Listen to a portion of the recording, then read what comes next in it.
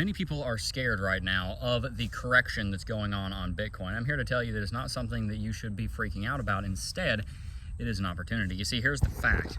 Bitcoin is the first in history example of provably scarce digital cash. It's never existed before, and Bitcoin is the only cryptocurrency that's achieved true network effect where no matter what it does, so long as it continues doing what it is doing, which it will because it's virtually indestructible, it's always going to be here, and it's almost always, basically always, going to be number one. Many of you guys are freaked out though because we've dropped. We fell below the 20 daily exponential moving average yesterday. We fell below $60,000. You know, it could have been above it by the time this video goes out, but it's probably still down there.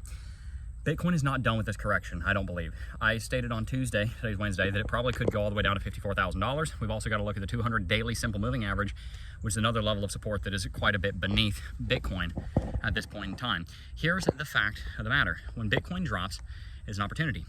People lose money in cryptocurrency all the time because they forget to do two things. Number one, they forget to dollar cost average and hold for at least 7 years. Most of my positions that are in a great deal of profit, I've held for over 5 years. I have Bitcoin that I bought at $3,000. Now you're never going to see those prices again, but in 5 years, you're never going to see $60,000 again. So you've got to be willing to buy over time consistently and do that for years and hold for years. This is not a days or a month game. This is a long-term game. Two, when you do buy a lump sum, you need to not just buy a lump sum because you just got a lump sum. Let's say you just sold a vehicle. Let's say you just got a bonus check. That's not necessarily the time to put the cash into Bitcoin. Maybe you can increase your dollar cost averaging on a weekly basis, but what you need to be doing instead is the same thing that we do in real estate. We look for deals, and we don't buy unless there's a deal because you basically bake in profit because of where you purchased. One of the reasons that we do real estate in cash is because you get a lower, you normally are able to buy the house for cheaper. So you have built-in equity into the property, and you also don't have to pay closing costs to a mortgage. You end up having built-in equity at the deal because we buy in cash. And the other thing that we do, we only buy on a deal. I'm not buying a real estate, I'm not buying a property, I'm not buying Bitcoin or crypto or anything unless it's a deal. So if Bitcoin drops down to $49,000 like it did a couple weeks back on August the 4th, that's when wise investors start buying, and they hold it for years. So here's the short-term scoop, and then the long-term scoop, and then what you need to be doing, what I need to be doing, what we all need to be doing. Short-term, Bitcoin is in a confirmed downtrend, has been for weeks. We almost had a confirmed uptrend over the course of the weekend. It did not confirm. Instead, the downtrend continued. From there, though, we are likely to see the market drop a good bit farther. We could drop all the way down to $54,000, maybe even lower. Following that, in the long run, Bitcoin is going to do just fine. And wise investors that are buying at this point in time are going to hold for years. A Michael Saylor type, a Jeff McAfee type, a you type, if you're doing this, you're going to be glad you did, because there's a lot of things in favor of Bitcoin.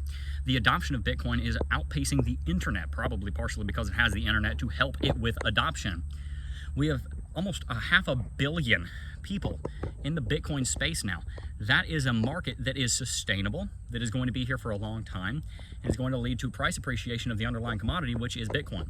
On top of that, I think it's basically a shoe-in that Donald Trump is going to win the election. Kamala could win, but she was statistically voted the least popular vice president in the history of American politics before she was artificially appointed to the Democratic National Convention's, before she was appointed basically to run as president. She was never popular. Her policies have not changed. If anything, they've just come out as being more authoritarian and more Marxist. She's very unlikely to win. Like Trump, hate Trump, I don't care what you think of Trump. At the end of the day, the guy is pro-crypto. He's probably going to do a lot of bullish things for crypto. So come November, even if Kamala somehow wins, it's probably still going to be very bullish for crypto because elections tend to be, no matter who wins. But if Trump wins, it's definitely going to be bullish for Bitcoin. On top of that, you've got the overall adoption of Bitcoin going on from the institutional landscape. Companies all around the world are acquiring the Bitcoin ETF. Even BlackRock is buying their own BlackRock Bitcoin ETF. BlackRock, the largest financial company in existence, is buying its own Bitcoin ETF. It's almost like they created it just so that they themselves could purchase it.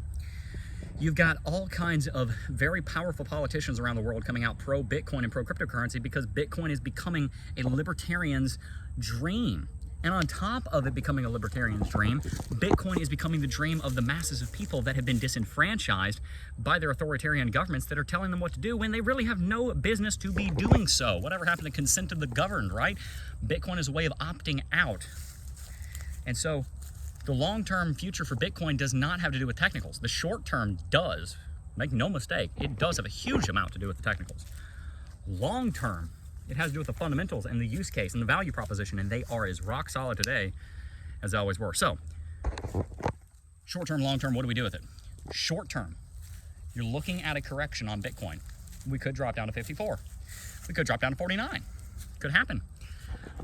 On the long term, though, Bitcoin is looking just as bullish, if not even more bullish than ever. I'd say over the last couple of years, Bitcoin has solidified itself as a part of our culture, and we now know, whereas 7 years ago when I first got in, we didn't know if it was kind of an experiment. It might work, might not. When I got into the space, there were probably 20 million Bitcoin users. Now there's 500 million. Now we know it's a part of our culture and it's not going anywhere. It's just as likely to be here in 20 years as the United States stock market is, in my opinion. So short-term correction becoming long-term is just as bullish as ever, if not even more so. That brings us to what should we do about it? We should be buying. You know, there's something that I've learned, and I'm always learning, and that is when you make a promise to yourself and you don't keep it, you learn not to trust yourself. That's why it's important that you make a promise to yourself and you keep it. So make a promise to yourself. I'm gonna buy Bitcoin. I'm going to buy Bitcoin every Friday. Friend, you could buy a penny every Friday, for all I care. But make yourself a promise of how much, of how you're going to invest, how you're going to pay off debt, how you're going to put cash aside to buy lump sums. Every paycheck, I'm gonna put 2% of my paycheck into a lump sum account for buying crypto. Every paycheck, I'm gonna put this much into paying off my debt. Every paycheck, I'm gonna put this much into buying Bitcoin on dollar cost average basis. Make some commitments, build some habits around this. And most importantly, keep them so you learn to trust yourself. And that is where you will find true wealth. Peace.